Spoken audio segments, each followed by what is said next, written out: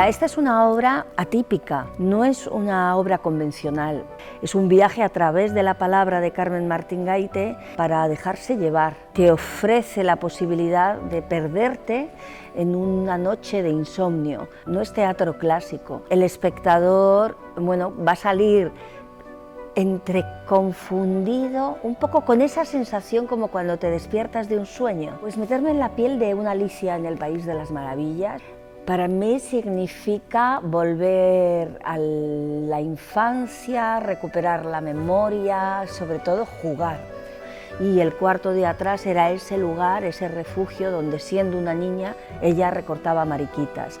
Yo creo que para todos es necesario encontrar ese refugio, que puede ser en la pintura, en la música, en cualquier actividad que despierte nuestra imaginación y que nos lleve de viaje un rato. Ese mundo onírico está muy presente.